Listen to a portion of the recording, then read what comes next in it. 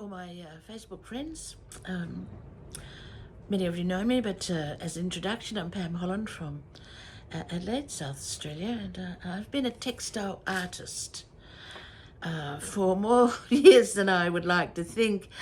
But I've been teaching now for nearly 30 years, and I've decided it's time to put the suitcases to rest. I now run a company for travelling and studying textiles, and I will always teach on that. But I just decided I have so many classes, so that I'm going to share some of the smaller ones with you online, just so you can do them. They're not paid ones, but I just thought you might like to do some. So I do a lot of different techniques, probably about 45 different classes, so I've got plenty to choose from. And I've just returned from England. We did a little tour with our ladies and we studied textiles. We didn't study textiles. We went to the V&A and to Liberty and places like that, and the historic places, and William Morris. And oh my goodness, it was just wonderful. I wish we had more time. But we ended up at the Birmingham Quilt Show, and all of the ladies had 3 days there to do classes and to go and see the quilts, and that was the highlight of the trip. Mainly, it was the main reason for the trip, to be honest. I taught there and gave lectures, and I taught a class that was a one-day class in portraits, and the ladies did a really good job. They completed the face, but they, of course, won't be able to complete all of the quilting on it in one day. But it's a quick way to do it. So I decided that I would do a YouTube video for them, and then you can share it. So this is what's happening. This is what it is. And I'm doing it in 2 parts. So the first part is how to draw the face, and the second part, how to make the quilt. I've been home from England almost 2 weeks now, and takes a little while to get back to normal. I was leading a tour there, my own tour of textiles, and I taught at the Birmingham Quilt Festival, and this was the class that I taught, this portrait. I wanted to do a portrait that people could do quite quickly. We can do this one in a day and have a very good representation of the image they wanted to do. And everyone completed it with the exception of some of the quilting. It's actually hand quilted, so it's easy to do. Now, I've been doing portraits for many, many years now. It's one of the things I love to do most. And this one is the way I normally do a portrait, and this took a year, not a day. It's quite large. It's about 3 times life size, and it's based on a photo that I took of a man in a Gujarat, and he asked me to take his photo. I then, when I came home, I made a small watercolor, well, a watercolor picture, and then the stitching is done over a watercolor picture on quite a heavy canvas. Well, it's not canvas, it's heavy fabric, and it's free motion zigzag, and as you can see, the turban is straight stitch, and his moustache, and of course the beard. Each one of those hairs on his face is done separately. But I love to create the quilting as if I'm doing a drawing. I mean, I'm a judge, and sometimes I see portraits that are beautifully done. However, the quilting, they just go in a circle round the nose, and the quilting doesn't reflect the beauty of the portrait. This is the back of the portrait, so you can see how much thread it is there. It was done on an old red sari. I also love to do cheesecloth, portraits with cheesecloth, and these are thousands of little pieces of cheesecloth put down, almost like painting with cheesecloth, I would say.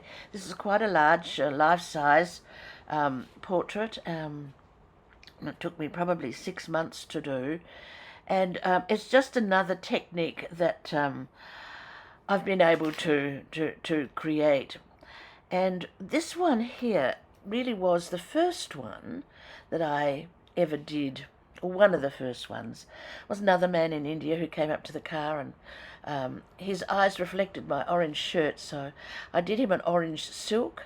And this is straight stitch, but as you can see, the stitching, which is the quilting, reflects the angles of the grain of the skin, and I want it to look more realistic rather than just quilting round and round in circles.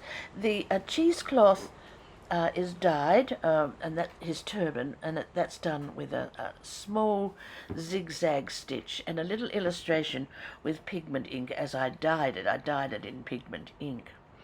Now, I want to do things differently. I'm always looking for different ways to create a portrait. This is my grandson, and this is a big one.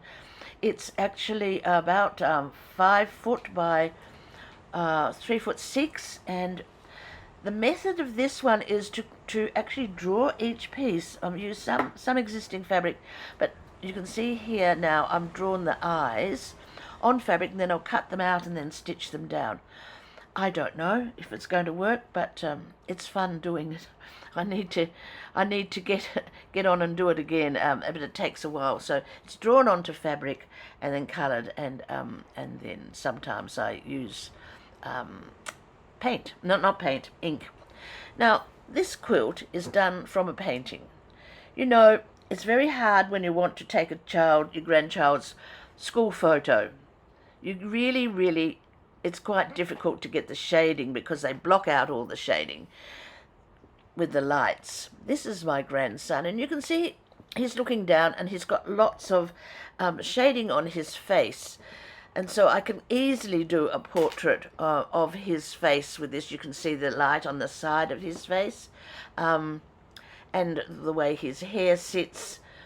With a school photo, the flash blocks out all the shading, and it's very difficult to do. I've started doing this one, and the way that I would begin is to use the original photo, and I actually take the photo and then draw on the photo with just a basic outline with a black pen. That way, it just gives me the exact shape of his face, the exact shape of his eyes, but I haven't put too much detail into it. And you can see in this one how I've done this one. The original photo, I actually put some vellum tracing paper over and just did a very simple outline. And this is what it looks like with just the outlines. The angle's a bit difficult because I took it on the flat. I'm going to work on a really fine Indian cotton, but you could do anything.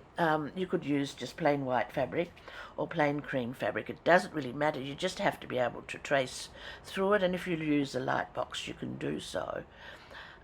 This comes from India, and you can see if I just had the photo and put the fabric over the top that I'm using, you can see how fine it is. And I was using a pencil just to trace the outline. However, I think that it's easier to use the basic drawing, and in class we used a drawing and then did the outline from that. But when you put the light box, you actually can't even see the fabric over the top in this one, but there is fabric over the top. And I just used you can see the black outline underneath that I've done, and it makes it easier to trace. Otherwise it's quite difficult to do. So the next thing to do is to put your outline picture on a light box, and I tape it down. It makes it much easier if I tape it, and tape the picture down, and then the fabric, and you can see my fabric's quite sheer, and taping it really tight because you don't want the fabric to move too much. it's easy for it to bunch up as you're drawing. Once it's taped down, then I tape the fabric over the top. You can see now the fabric is going over the top, and then you can see how sheer this fabric is. This is beautiful fabric that I buy in India, and I use it a lot. So there it is, a few little wrinkles, but it's not too bad. And then I'm going to outline it now with a black pen on the fabric, on the sheer fabric. I'll do this quite accurately because I don't want to be guessing how everything goes because I'm going to draw on it. Now I can take it off, and it looks wonderful on the fabric. So just take that off the light box. I've got an A3 light box. Actually, I have a 6-foot light box, but I'm using an A3 light box. Now I do my drawings with a black pigment ink pen. And these are Pitt Artist pens as well. So you can see here I'm using the Pitt Artist pen to fill in the eyes. It's a light grey colour. Any pigment ink pen, but don't use a pen that smells like alcohol because it will destroy the fabric, or marker I should say. So it's a pigment ink pen, Prisma coloured pencils, and Colour Soft, Derwent Colour Soft. I generally use Prisma, and I find that they're very soft, they're easy to use. I can get a very light touch. As you can see here, I'm just really kissing the fabric very gently with the pencil, and then you can go back over and over and build up the layers. Most pencils will have, you know, the flesh colours or something like this, but I generally use some browns and softer colours, and you can see here that I'm drawing very softly. Then I will go back over and over and over it until I'm satisfied with the colour. They make it much easier to work with, I can assure you. So here you can see I've done the nose first, and then now I'm doing the eyes. The eyes are the most important to get absolutely exact, and you can only just be a fraction out and it can make the whole thing look incorrect. Now, so you can see now that I'm using the black pen just to outline the eye, and it makes it crisper, I think. That's that pen. The one I use is actually a Unipin 0.5, but you could buy a Zig pen 0.5, and the Unipin pens are wonderful. I've been using them for years. I've had one in my bag for many years and it's still going, so they last a long time. Actually, they're a draftsman's pen. Now to do the shading, and I'm watching my picture very, very carefully and just doing a little bit of shading, copying the picture that I have in front of me. I can either put it on the iPad, but I always make a colour print so that I can see. I have to have the colour print anyway, so that because I draw on it, and it makes it easier to do. You may hear a little bit of noise in the background. We have a bit of a storm going today, and it's windy, and I couldn't wait for the wind to die down. So you can see how now I'm just putting layers, soft layers of colour down, not doing it very hard to start with. Then I'll put another colour over the top. Yes, you can move your blend it with your finger. That's what we used to do when we were school children, drawing maps, I think. So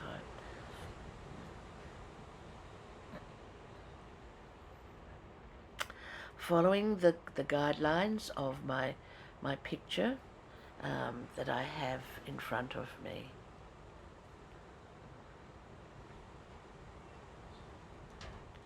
very, very softly, almost just kissing the fabric basically, and then I blend it in a little bit.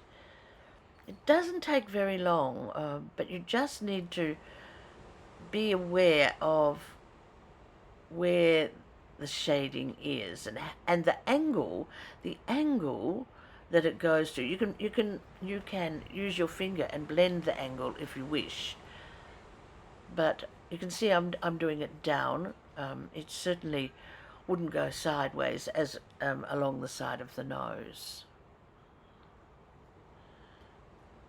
Now let's do a little more definition for the eyes, and I'm using that black pen again, just putting in some details, just like a little scribble around the edge of the eyes.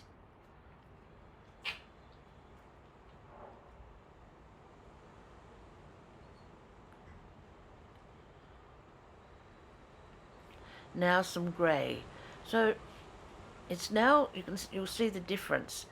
She doesn't have eyelashes as such, because the eyes are Asian, so the eyelashes would be quite limited. But you can see what happens once I put the grey in underneath there.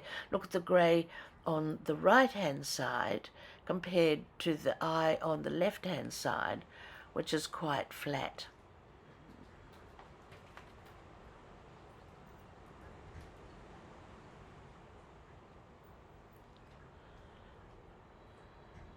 Little grey now over on the next eye. You can see how coloured pencil will go over a base coloured pencil. So I'm able to very successfully, very softly put some grey colour over the top of that pinky inside flap of her eye.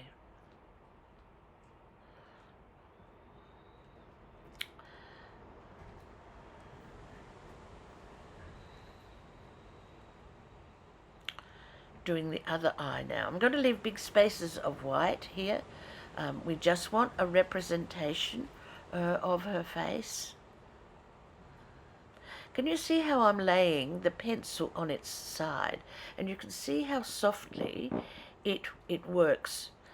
By laying the pencil on its side, I'm covering an area much quicker than I would if I was holding the pencil upright. There's times, like around her nose, that I would use the pencil upright, but here I'm actually just using the side of the pencil so that the whole area of the lead is colouring the area very, very softly and blending each layer in. So you can see now I'm blending the area around her nose, just making a little bit more colour against that dark background.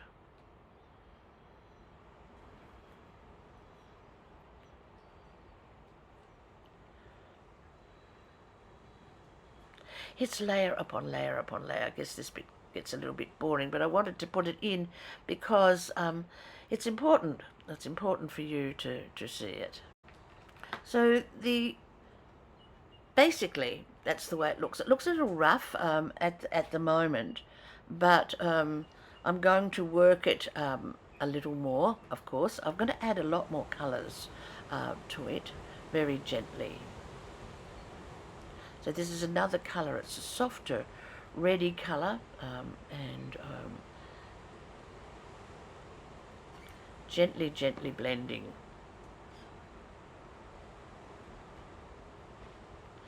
Like a rust colour. You see the little bit above her eyelid? I've left that lighter, so it just gives the reflection of the eyelid. I don't even have to draw a line in there, but there is a tiny one, I think. Yeah. Now around the nose, you can see how much lead is coming off the pencil. Very little to start with, and I'm holding the pencil on the flat. Now I can blend it with my hand, or this is another colour. This is plummy, a plum sort of a colour.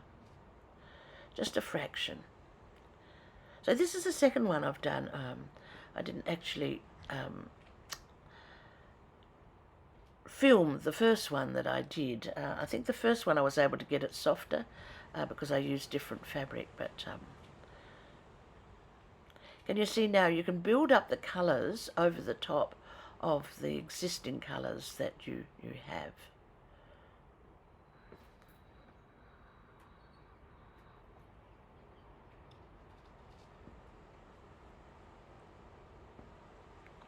Gradually softening the edge of the eye, and you can see now by now I've taken out that that very stiff line at the bottom of her nose.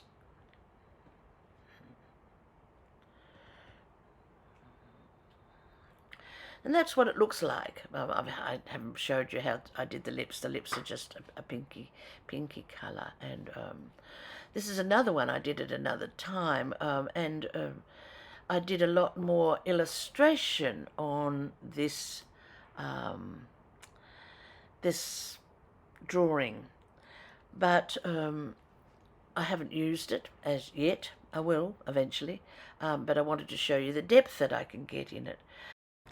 Now's the time to get the batting out. I'm using some warm and natural batting. It's 100% cotton. And I have a base, you can see that on the bottom, and then the batting, and then the quilt top on the top. I add texture to it with cheesecloth.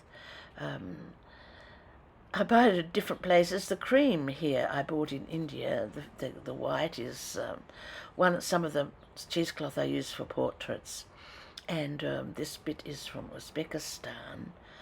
And in my stash I found this 1930s silk satin. So this is what the quilt looks like, this quilt, and I've done two. And I'm going to leave it there, and then next week I will do a video of the hand stitching, of the hand quilting, because this is all hand quilting. There's no machine quilting on this one. I did a little machine quilting on this one as well, so I will share those with you in the next episode. So that's the face part done. Next week I'm going to show you how to do the hair and to put it all together and to quilt it. And I like to do some slow stitch and add different textures to the quilt. And it's not one of those fancy bound quilts. It's just a fun piece of textile art. So we'll do that next week, and then I'll follow up with some more classes.